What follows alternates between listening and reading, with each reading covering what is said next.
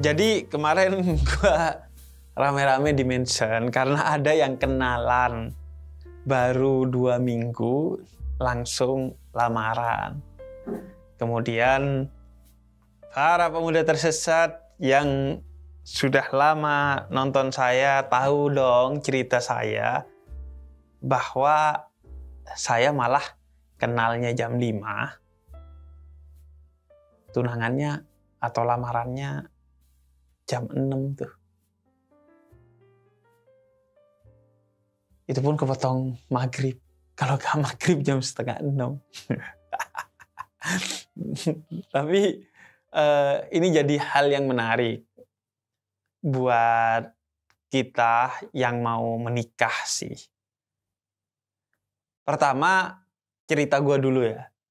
Itu bukan lamaran atau tunangan dalam pengertian yang acara ya. Gak mungkin dong gue ketemu jam 5 kemudian habis maghrib udah bikin acara lamaran dan tunangan yang undang banyak orang makan-makan dan lain sebagainya. Gak mungkin. Maksudnya jam 5 kenalan, jam 6 tuh kita memutuskan untuk bertunangan. Tapi gak diacarakan.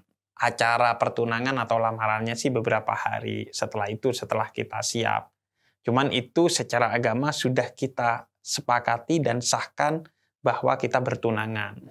Kenapa itu penting? Karena begitu seorang perempuan bertunangan dengan seorang laki-laki, keduanya itu terikat secara sah dalam agama untuk tidak boleh lagi melakukan pertunangan dengan yang lain. Kemudian juga ya sebenarnya nggak jam 5 juga ya, gue lupa tuh jam 5. Enggak sih, jam berapa ya? Ya jam 5 kurang seperempat lah. Enggak ya, pokoknya 4:30, jam 5 gitulah. Gue kenal. Nah, berarti gue gak kenal calon bini gue waktu itu. Yang sekarang jadi bini gue. Enggak juga. Karena sudah sepatutnya kita mengenal siapa yang mau kita ajak bermitra. Dari bermitra dalam urusan bisnis, bermitra bahkan dalam perjalanan kemana, sebaiknya lu kenal. Jangan lu jalan sama orang-orang random yang bisa jadi gak bikin lu bahagia dalam perjalanan atau bahkan bikin lu susah dalam perjalanan.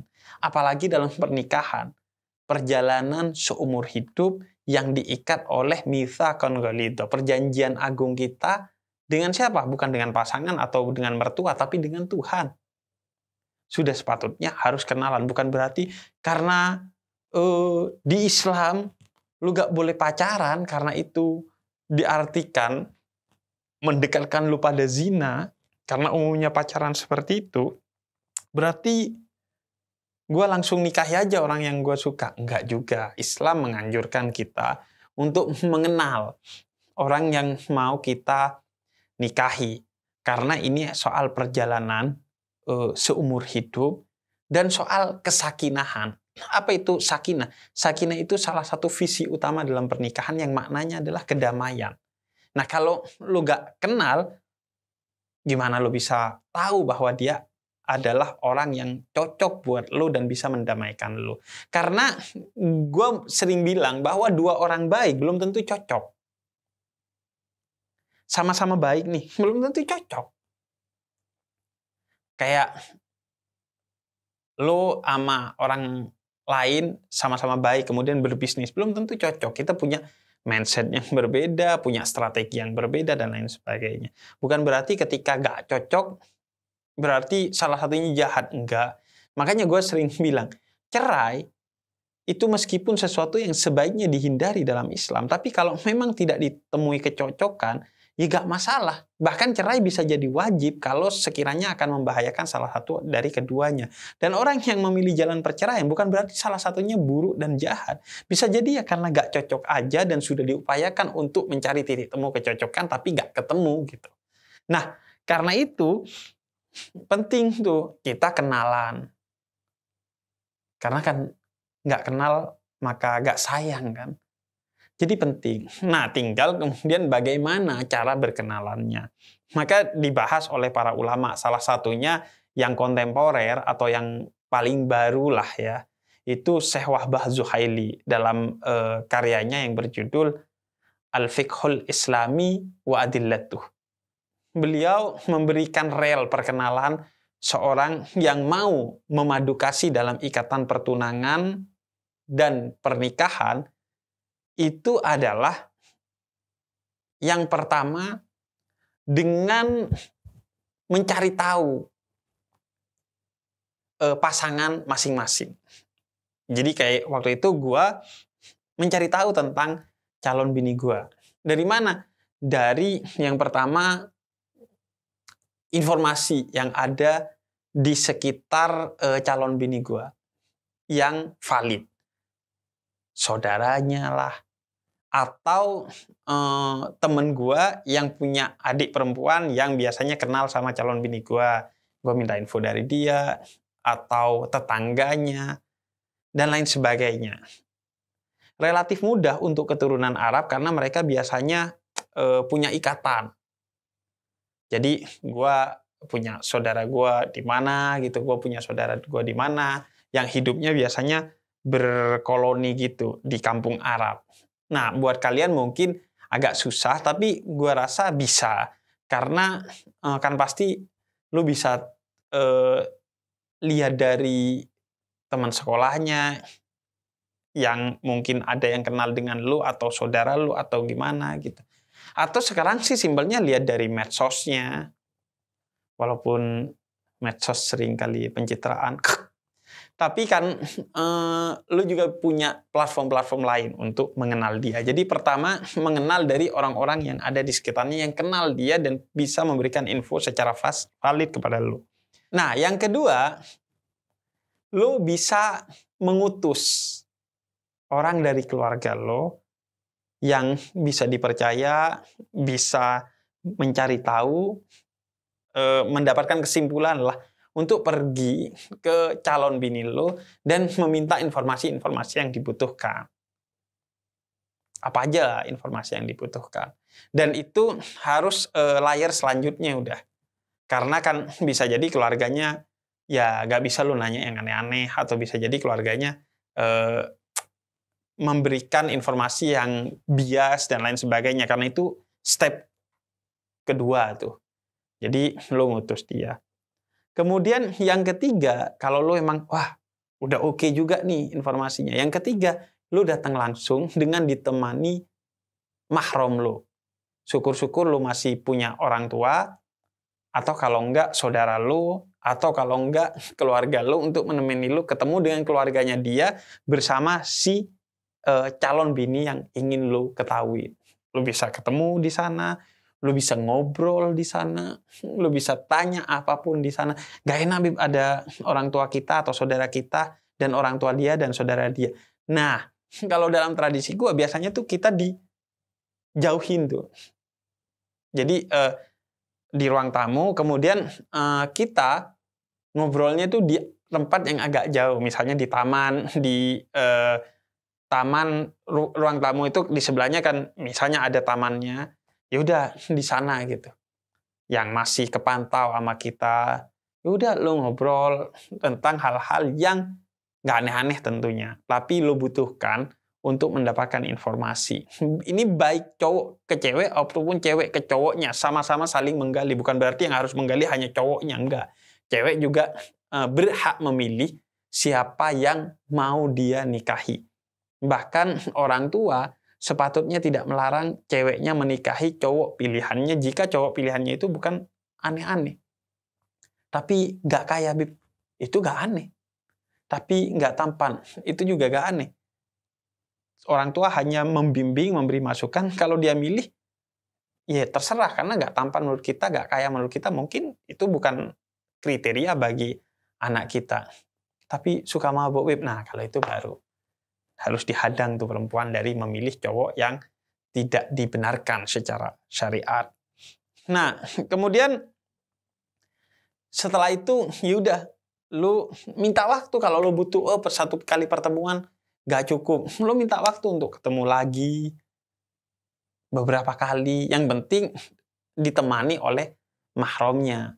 Dan tidak, tampaknya kita butuh waktu setahun lagi deh untuk menjajaki ini dengan 365 pertemuan lagi. Tidak dong. Tidak. Jadi sewajarnya aja. Tapi beneran, Bib, gue gak bisa tuh kenal pastinya kan dengan hanya pertemuan semacam itu. Kalau lo pola pikirnya begitu, menurut gue ya, jangankan kepada orang lain deh. Kepada diri lo sendiri, sampai mati pun, lo itu gak bisa kenal seutuhnya. Apalagi ke orang lain. Gue aja sama bini gue sampai sekarang masih kenalan. Gue baru tahu setelah 1 tahun ternyata dia itu punya sifat yang seperti ini yang baru keluar setelah 1 tahun ada kejadian tertentu yang bikin sifat itunya keluar gitu.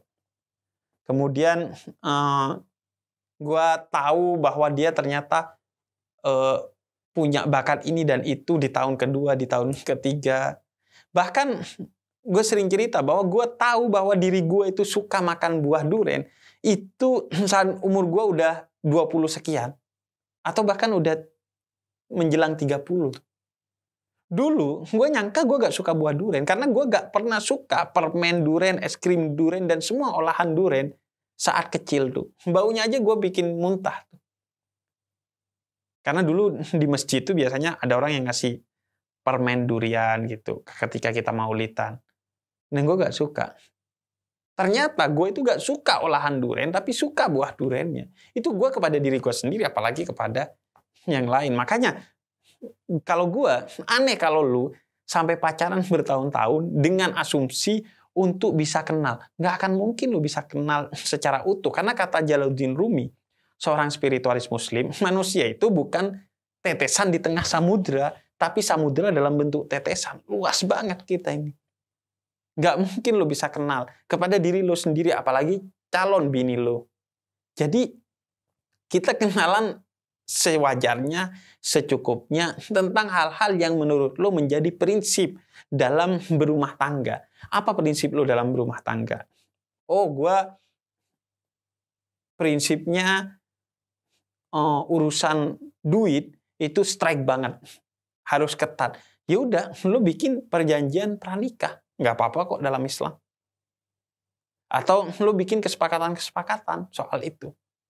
Gue strike banget, Bib, soal sakit. Gue gak ingin penyakit pasangan gue nurun ke anak gue. Ya udah, lo tanya ke dia. Kalau perlu lo medical check up. Tapi jangan cuman dia, lo juga medical check up kalau diminta sama dia. Artinya, ya udah, apa yang menurut lo pondasi? Agamanya, ya udah. Lu diskusi pandangan keagamaannya menurut lu sesuai nggak dengan lu?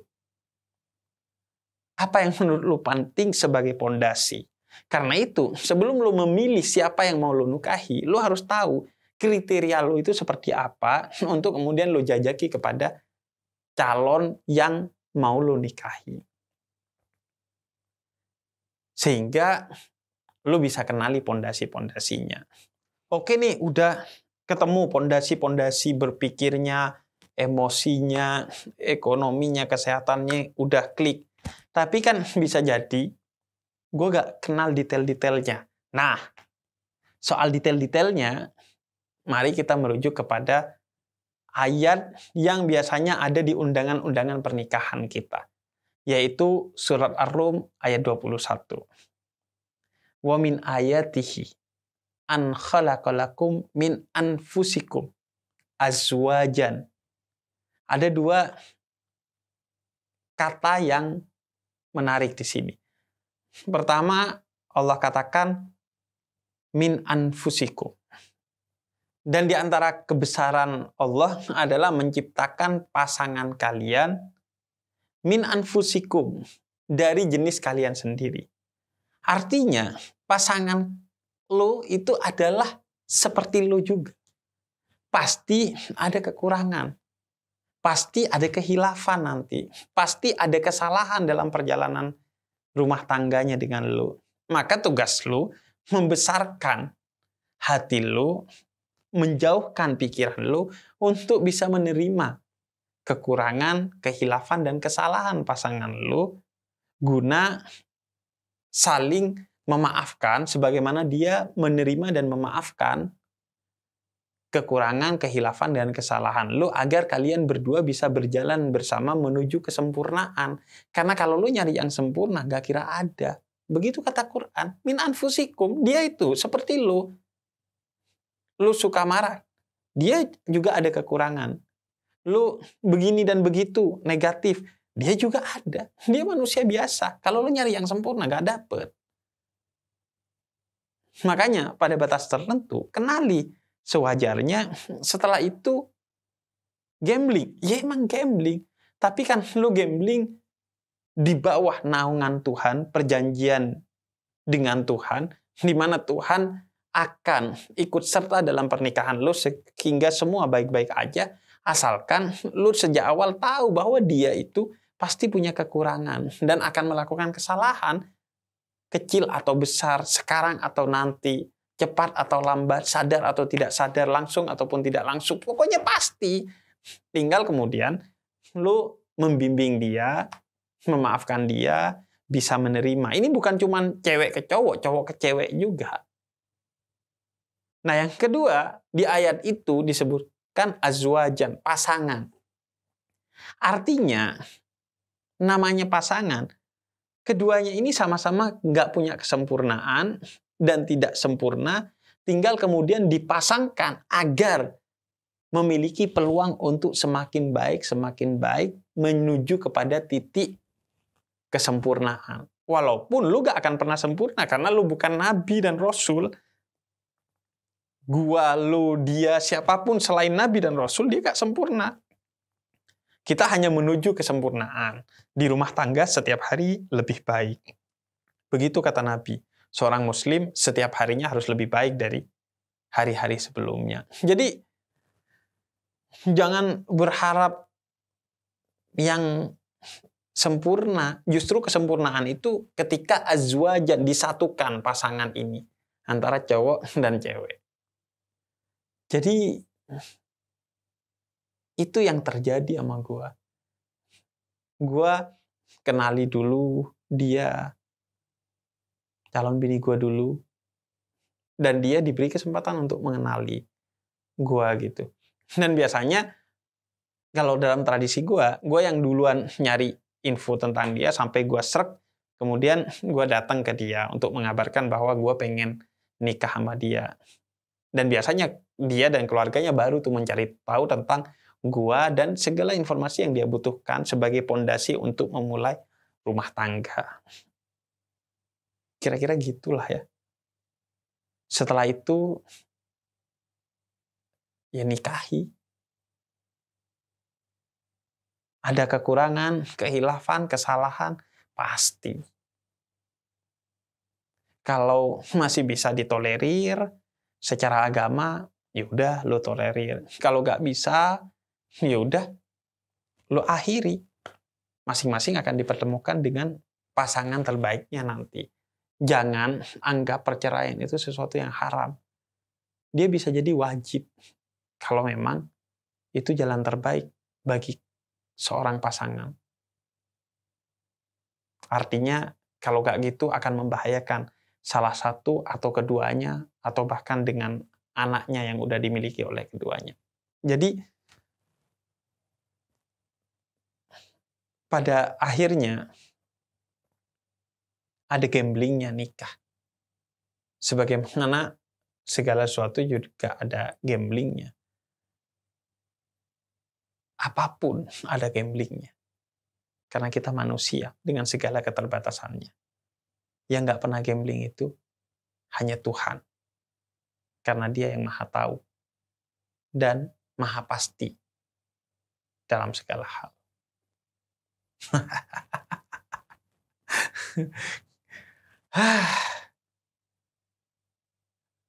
Iya, gue 1 jam doang. Ada yang 2 minggu. Tapi intinya sih, nikahlah di waktu yang tepat, bukan di waktu yang cepat. Nggak ada batasan, oh kalau sekian udah harus nikah, oh kalau sekian masih belum boleh nikah. Oh, kalau udah sekian terlambat nikah. Enggak. Itu tergantung kepada diri lo sendiri. Makanya kata Nabi, kalau lo udah mampu, menikahlah.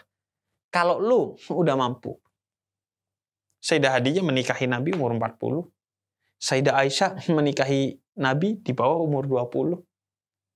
Jadi nggak ada tuh batasan.